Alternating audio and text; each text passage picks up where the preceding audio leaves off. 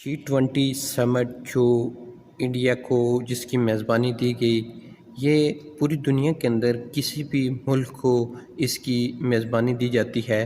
اس دفعہ جو انڈیا ہے اس کو اس کی میزبانی دی گئی، اور انڈیا کا جو پرائم منسٹر ہے وہ اس کا جو ہے وہ انچارج ہوتا ہے، اور جس کنٹری کو دی جاتی ہے اس کنٹری کے پی ایم کو اس کا ہیڈ نومینیٹ کیا جاتا ہے۔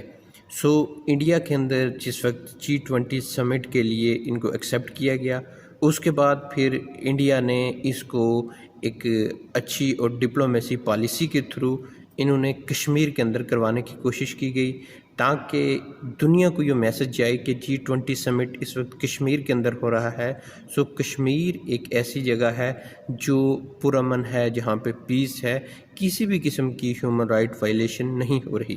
اب G20 سمٹ یہ ہے کہ دنیا کی جو بڑی کنٹریز ہیں، 20 جو بڑی اکانومی ہیں، وہ اس G20 سمٹ میں شامل ہوتی ہیں۔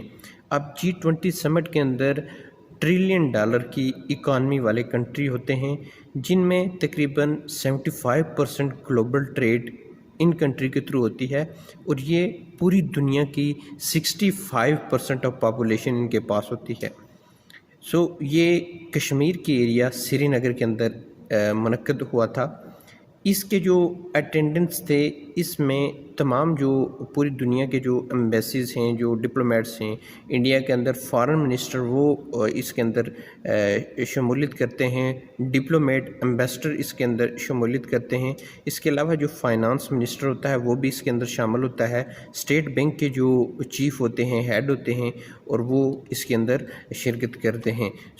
یہ لوگ تھے جو اٹینڈنٹس تھے۔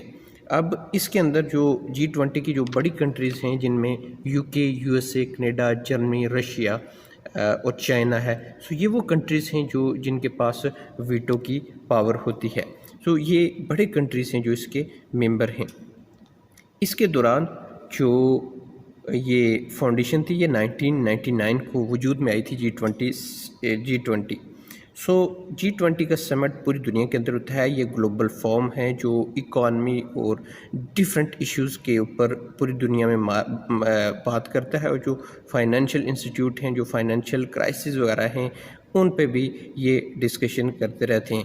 ایسی صورتحال میں پاکستان کی طرف سے بائیکاٹ کیا گیا، جس میں ٹرکی، سعودیہ، ایجپٹ اور چائنا یہ وہ کنٹریز ہیں جنہوں نے پاکستان کا ساتھ دیا اور بائیکاٹ کیا، اس سمٹ کے اندر شامل نہیں ہوئے، کیونکہ وہاں پہ ہیومن رائٹ وائلیشن ہوئی، کرفیو نافذ ہے اس وقت کشمیر کے اندر، انٹرنیٹ بین ہے، کیمیکل ویپن کو یوز کیا گیا، آرٹیکل 370 کو ابالش کیا گیا، اور ان کے جو بیسک رائٹ ہیں وہ اس وقت ان کو نہیں دیے جا رہے۔ ایک ڈسپیوٹڈ ٹیریٹری ہے، اس کے اندر ایک انٹرنیشنل کانفرنس نہیں ہونی چاہیے۔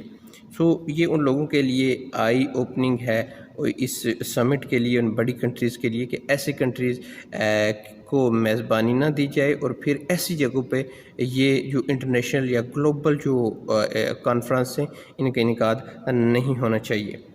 اب جو کنٹریز ہیں جن میں 90 بڑی کنٹریز ہیں، جن میں برازیل ہے، ارجنٹینا ہے، USA ہے، Australia, Germany, France, China, Turkey, Egypt, UAE، سعودی عربیہ، کینیڈا، جاپان، انڈیا اور پاکستان ہیں۔ یہ وہ جو کنٹریز ہیں جو اس کے ممبرز ہیں۔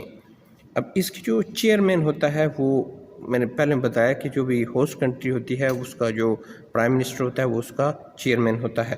اس کے لیے انڈیا نے اپلائی کیا تھا، اور اچھی ڈپلومیسی، اچھی فارن پالیسی کی وجہ سے انڈیا کو جو ہے یہ اعزاز ملا۔